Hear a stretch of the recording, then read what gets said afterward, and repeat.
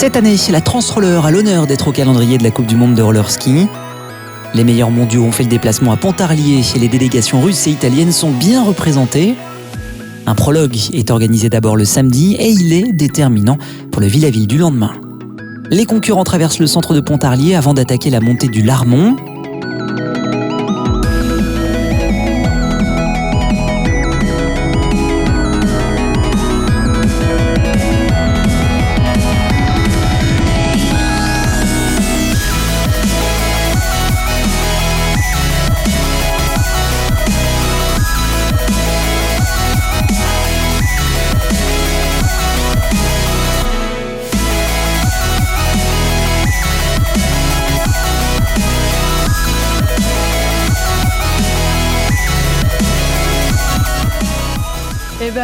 Je connais comme ma poche, mais c'est vrai que tout le départ du centre-ville, c'était un peu compliqué avec cette petite pluie, les bandes blanches et les bouches d'égout. Donc je suis partie un peu fort, mais finalement, faut toujours être vigilant un petit peu à tout ça, tous ces pièges. Puis après la bosse, je pensais que ça allait être mieux pour moi, mais le fait que ça... Bon, après c'était pour tout le monde pareil, mais le fait que ça glisse, c'était difficile de poser son ski et puis de pouvoir se concentrer sur son effort parce qu'on avait vraiment peur de déraper à chaque pas, quoi.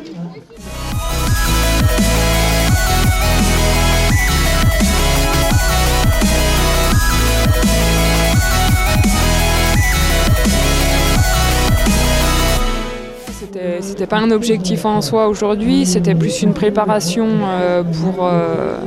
pour la saison. Après l'objectif il est en février, il n'est pas maintenant, donc voilà. Mais c'était intéressant aussi, surtout que c'est des courses qu'on n'a pas l'habitude de faire en individuel aujourd'hui. Donc ça permet de plus courir au fond de nous-mêmes, quoi, on va dire. De courir, aller chercher les sensations, s'arracher à fond jusqu'au bout et c'est intéressant. Les Russes réalisent un carton plein chez les femmes en s'emparant des 3 premières places, devant la japonaise Ishida Masako et la première française Aurore Jean, 5e.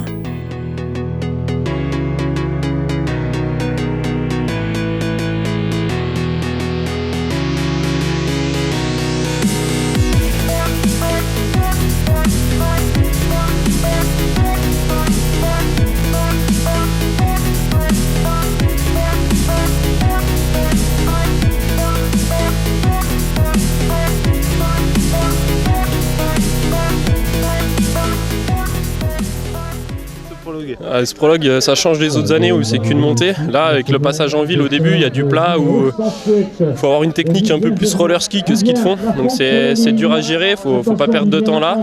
Et après, la montée est pas très dure, on va dire. La pente est régulière et pas très prononcée.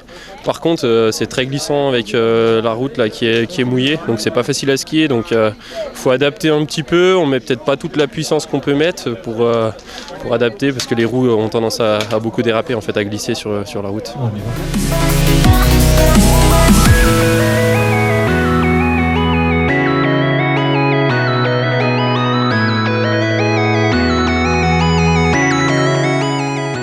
Moi perso, j'ai eu un peu de mal à envoyer du gros sur la partie plate.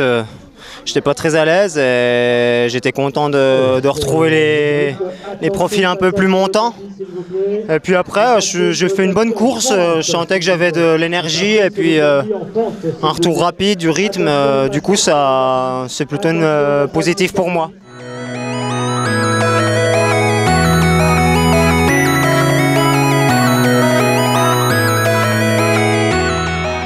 Pontarlier-Mout, c'est une course qui te réussit souvent, ça? Oui. Ouais, donc on verra s'il pleut, c'est pas joli, mais sinon ouais, je vais essayer.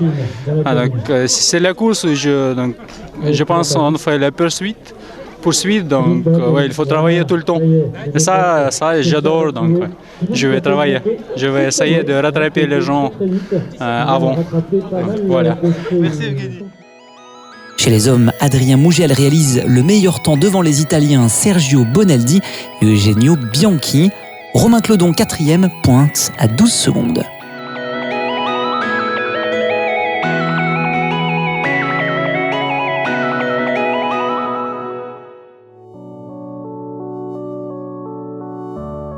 Le dimanche, place au Villaville, 30 km pour les hommes et 17 pour les dames.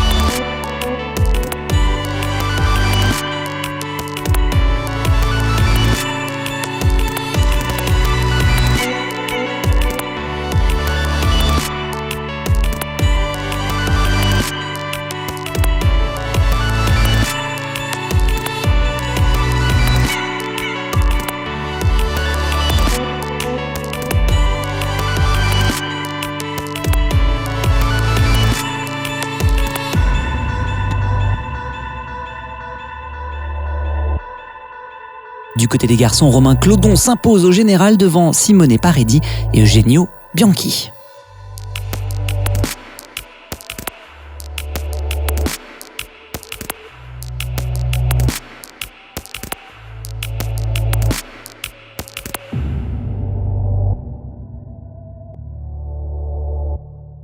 Ouais, c'est vrai que ça roulait tout le long. Après, c'était pas. J'ai trouvé que c'était un peu un faux rythme. Il y a des fois, on se regardait, personne ne voulait rouler. Il fallait quand même y aller parce que ça pouvait revenir derrière. Tout compte fait, on est resté les 4 et après les 3, quand Sergio il est tombé, il est revenu, mais il a recraqué aussitôt. Il a fait l'effort qu'il a payé cash. Et tout compte fait, ça s'est réglé au sprint. Moi, je me suis un peu caché parce que je savais que dans la dernière ligne droite, j'allais plus vite que mes 2 amis italiens. Et j'ai pas eu tort.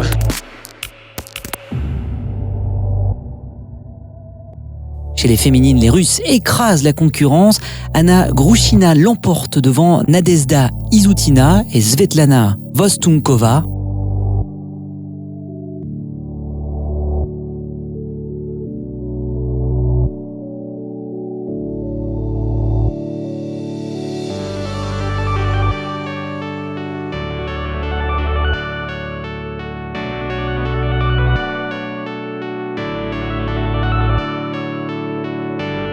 Voilà les applaudissements s'il vous plaît.